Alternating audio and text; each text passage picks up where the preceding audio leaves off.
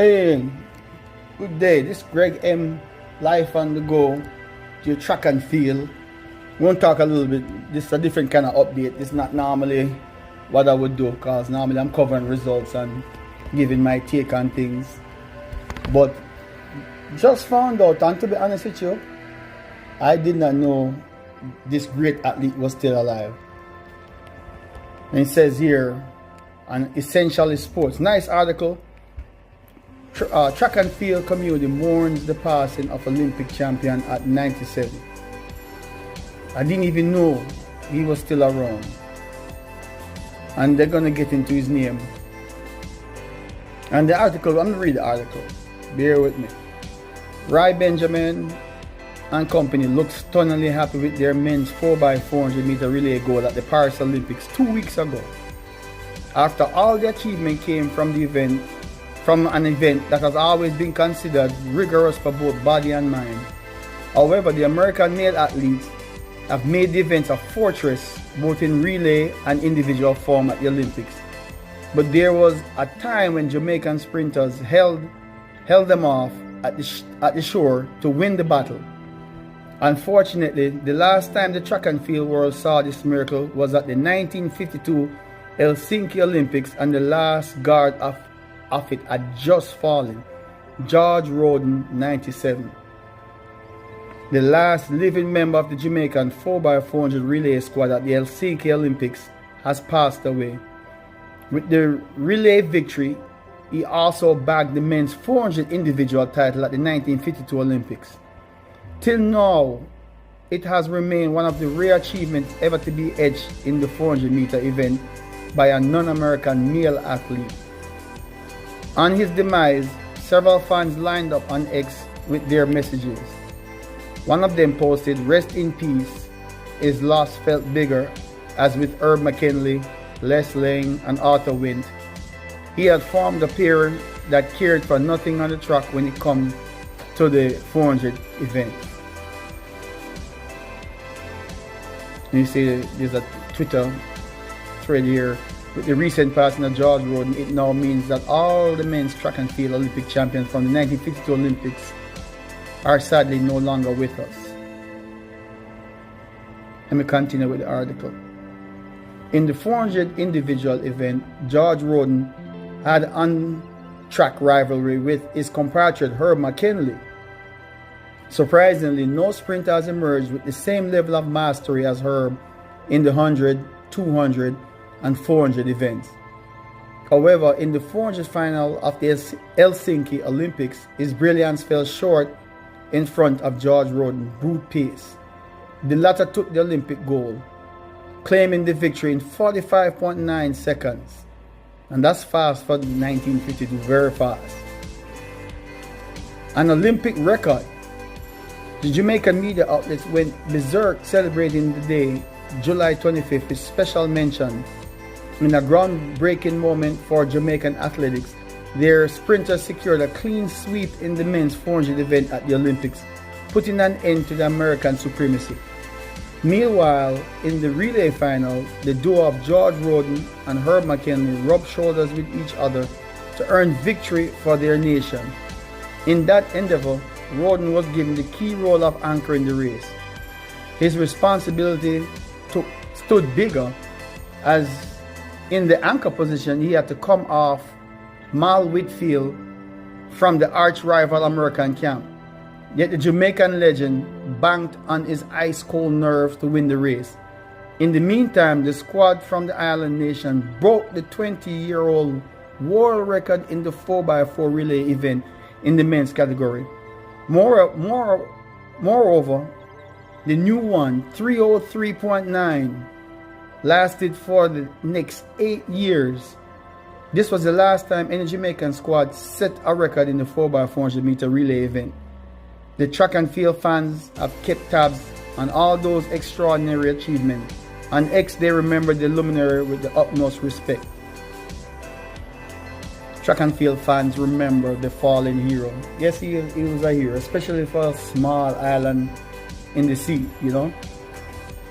After the Paris Olympics, when the Jamaican track and field sphere is going through a subtle change the loss of George Rhoden has made the fans go down memory lane. They cherish the sprinters from the 1950s who had once reigned over the athletic world. Remembering that legacy, one fan commented, "Rest RIP to Jamaica's second Olympic gold medalist, former 400 world record holder and member of the Jamaican 4x4 world record. The lines show the feathers in George Rhoden's crown, and it is no less exciting. Meanwhile, one fan remembered the anchor leg Rhoden had run in the 4x4 100-meter relay final at the Helsinki Olympics. Ultimately, it pulled off the victory and completed the world record. Therefore, the pleased fan acknowledged by penning, 'Thank you, George Rhoden. You have run a great leg. Rest in peace.' Those performances helped him take the reins of the 400-meter globally. That regime was intact until his retirement. Clapping at that, a follower jolted. The great George Rhoden. May his soul rest in peace. With all those garlands and memories, it was time to say goodbye to the athletic hero from Kingston, Jamaica. That mood elevated a comment, RIP stalwart. Sincere condolences to his family. His life was a story of track and field athletes, and it will remain so in the following day." So that was an interesting story, and also, remembrance of great athletes that far back, because to be honest with you, it's easy to forget the ones who paved the ways for many different achievements. You have things that happen in the world outside of sports where people do great things to unite countries, to show kindness and break barriers and so forth, to bring human race to a better level. In athletics, in the small island of Jamaica, it was people like George Rhoden, Herb McKinley, Arthur Wynn, and many others. There was many others. The athletes today are benefiting from the groundwork laid out by these guys that had less resources, didn't have the facilities, the coaching methodology wasn't as scientific as it is now. Nutrition and all that was probably not even at the forefront. Strength training program wasn't probably at the forefront. Yeah, there were probably some basic things going on, but these guys did this with very little resources. I mean, some of them were able to go over to the American colleges and run track and field, even way back when. I think Herb McKinley, went to Illinois.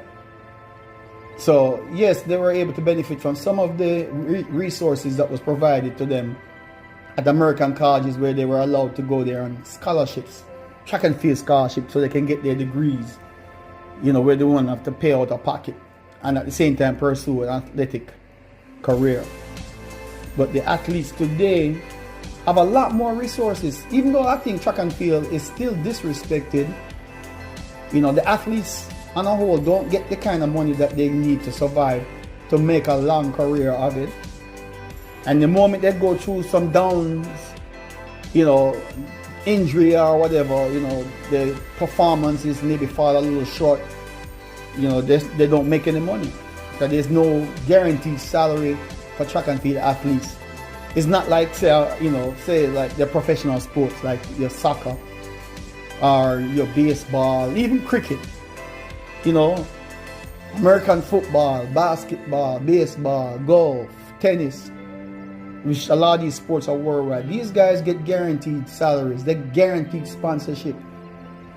And even if they have a bad performances, they're still getting paid. Track and field have a bad performances, that's it.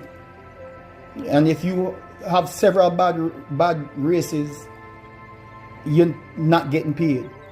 If you're injured and you're out, you're not getting paid while you're recuperating. As far as I know, maybe some of them are on the contract because You know, they're ranked in the top 10 in the world and they expect them to come back and form. But eventually, if they don't rise, they're going to get the contract cut. But anyway, track and field has come a much longer way, but we have to remember to pave the way for, we have to remember the athletes who paved the way for people like me. I competed for Jamaican 2 Olympics. Right, 1984, I went there as a high schooler. I was 18, I turned 19 on the day I ran the 4x100 meter relay finals for Jamaica in the second leg and got silver. August 11th. So ironic that this Olympics end, 40 years later on my birthday, which kind of brought back the memories. And the thing about it, when I was training, yeah, I was on a scholarship too, but the college I went to was a Division II school, and they didn't really have the coaching capabilities. Yeah, they had a little weight room and they had a little rubber track that was kind of in bad shape, and they recruited a few different athletes from across the nation and a few of us from different parts of the world. But a lot of it was we had to coach ourselves and make do with what we had. But even prior to coming to the United States, I remember when I was in high school, I went to San Diego High School. Didn't have no facility, didn't have no weight room. It was near the end, my senior year, the year before I left high school, we kind of started fixing up the old, gym that was under the pavilion. And we put 1 or 2 little weights in there. But guess what? We didn't have no weight coach. We're just trying to live on our own, reading books or, we had a coach eventually that was trying to help us, but he himself didn't really provide the technical aspects of proper strength development for our sport. I remember even before we had starting blocks, we were starting just like those guys in 1952 where they're running on dirt tracks or grass tracks and digging a hole in the ground for starting blocks. Didn't know nothing about drive phase and how to to run your racing phrases, what is top end speed, proper mechanics. What they call biomechanics, we just call proper form running, and try to be relaxed, try not to run tight.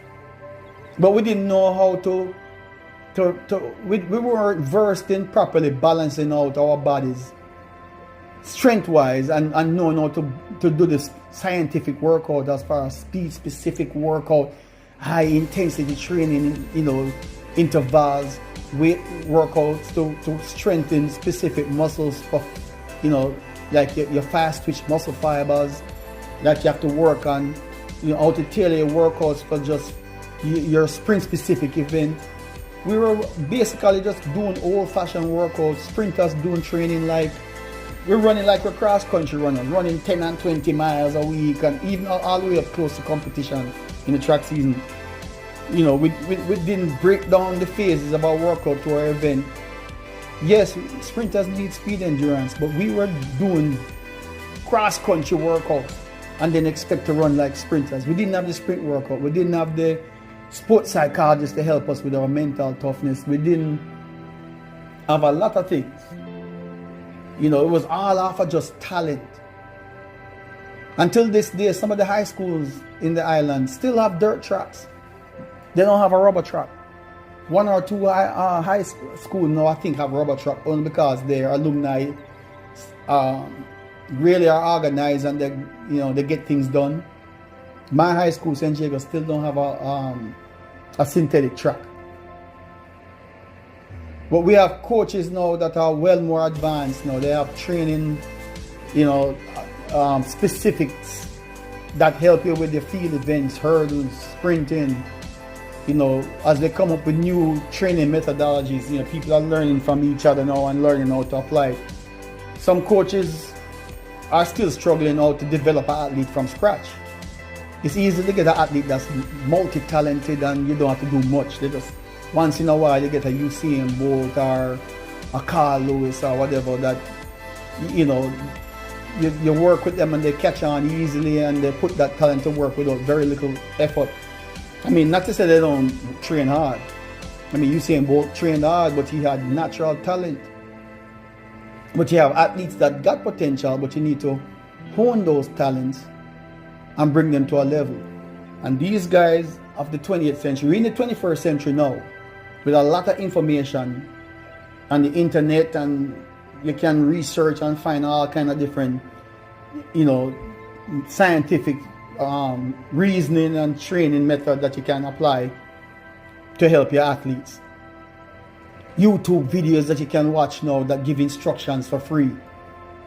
And then I guess if you want advanced training, you maybe work with the coach and maybe pay them a little fee or something like that.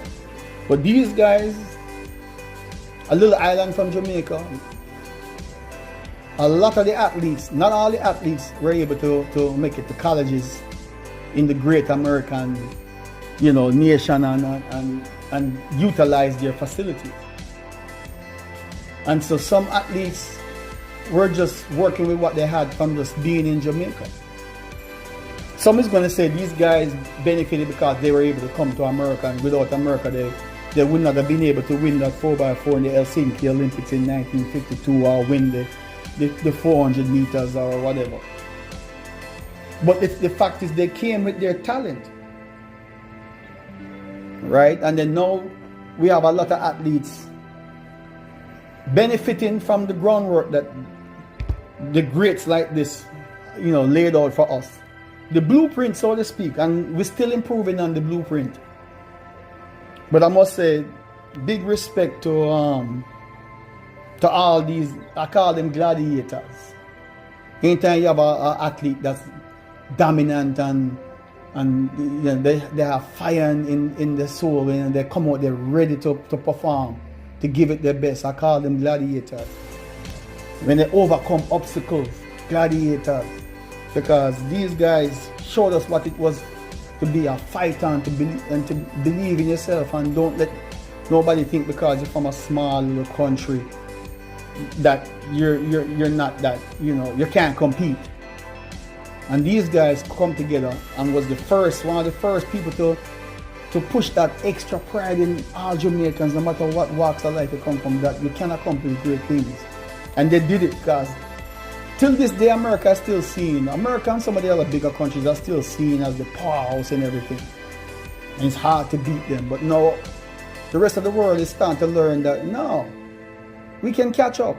They're starting to invest in their athletes and the athletic programs, that they're getting better in track and field as well as other sports that the bigger, what you call first world countries used to dominate. And so now, even Jamaica, I remember when I came to college, I didn't get the best of treatment, the best of coaching, a lot of injury problems. And if I had the support that they have now, the training equipment and what you call it, skilled, knowledgeable coach, expert coaching, I could have been a 9-8 runners back in my day in the 80s. All the way up to early 90s before I quit. I quit track at around when I was, I think, 27. Now these guys go all the way now till they're 30 and 31, 32 before they quit. And I end up having to coach myself. So a lot of things that happen now why athletes have it a little better and can make some money is because of what? The older athletes from the 1952s, the Herb McKinley, George Rhoden, Arthur Wint, the Donald Quarries, the Burton Camerons, and many more, Juliet Cuthbert, Merlin Atty, from back in the day, Grace Jackson, a lot of different athletes, Rosie R. Woods. I mean, I can go back and research all the older athletes that paved the way for Jamaica. There's a lot of them, but they get forgotten, and athletes need to remember that there are other athletes who worked and did great things with far less help and support. They didn't have that kind of money that some of these athletes get now. But track and field till this day get less support than other sports, and it's just as exciting to watch. And you get entertained in multiple events. You got all different kind of sprinting events going on, field events. You just to entertain you and to provide excitement that you come out there, you get your money's worth. But they get paid very little. Some countries take care of their athletes, but the Caribbean islands, and some of the African countries, you know, they still don't take care of the athletes the way they should, unless they win an Olympic gold medal. And a lot of times when the athlete is doing well, it's not because the country is doing anything for them, it's because they are ranked in the top in the world, like top 5, top 10. And so they're able to get their own, if they manage to have a good agent, they get their own sponsorship from the shoe companies and endorsements to Gatorade or whoever, you know, to help promote them while they're promoting their business at the same time. Because the athletes now with social media got followers and all that, so they can kind of learn how to market themselves to these sponsors, because these sponsors are going to gain, because they're going to see all these followers following the athlete, and the athlete, no, the followers will also, because of the athlete, want to buy the product, right, that the athlete is being sponsored by. But anyway, rest in peace for one of the great legends of Jamaica. I myself, you know, is an Olympian. But once you're Olympian, you're Olympian for life, no matter what the event. No matter if you won a medal or not. I was fortunate to win a medal. I was a relay specialist, but I never made it to the professional ranks the way I wanted to, because it was tough. I didn't have the resources and support. And sometimes I think if I had stayed in Jamaica and just built from there, I probably would have been better. And now Jamaica is accomplishing all the things that I've always think should have happened. Develop your own locally. The corporate part of Jamaica need to keep investing in the athletes. Our athletes had not as great a performance as we expected to have, because some of it was injury problem and some of the athletes are just getting older. But the thing about it, we got to remember that we can always improve the sports if we invest in ourselves. We don't have to always send people overseas, maybe to learn some things, you know, anything, you know, or to buy new equipment to bring back to the country that will help improve the athletes. But, you know, I like the fact that Jamaica is developing, and many of their star athletes now are coming locally from Jamaica. But we still need the help to develop the programs and to help the coaches who are making it their life goal to coach and work with young athletes. Because a lot of times these coaches are the ones who capture them after they leave high school to help build them up, to mold them into being, you know, the next leader in whatever, to learn work ethics, discipline, to learn to go after what they want to do. Believe in themselves, because outside of high school, if they don't make it or find a path to some kind of greatness or something that they love, they kind of fall by the wayside. And we have had a lot of talented athletes fall by the wayside.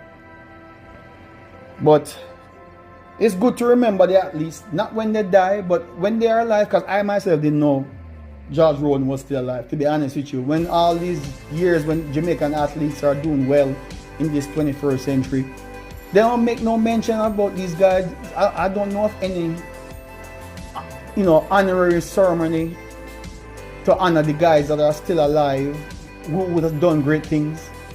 I mean, you hear them talk about Donald Quarry, you know, he's actually involved with the sports. Bird Cameron, and you know, that's all I know of so far. They seem to only focus on the today's star and forget the past athletes and what they went through to bring Jamaica to that level. And if it wasn't for them that showed us the way and how to be better, we would probably still be struggling and not aspire to be any better than what we are and just accept where we're at. And it's because of these athletes who laid the groundwork we learn from, and the reason why the sport is still improving, especially in the Caribbean. So anyway, I just wanted to kind of give my 2 cents on this. Rest in peace. It's guys like this I followed. I remember watching documentaries, and it motivated me that maybe I can be like those guys. And you know, like I said, in high school I was running on a dirt track. You know, I didn't have starting blocks and weight training and nutrition program and all that.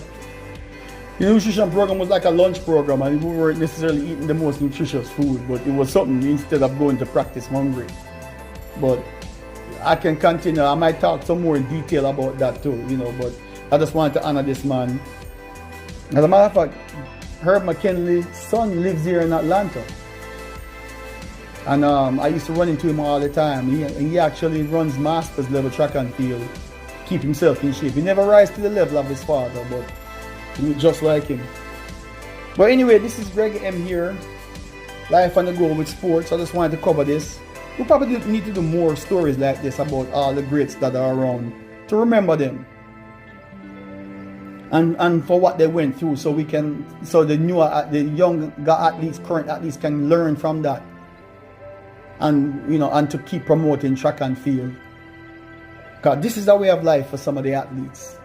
And things can be better and can always be better. So, but with that said, we'll talk again. So we'll see you next time.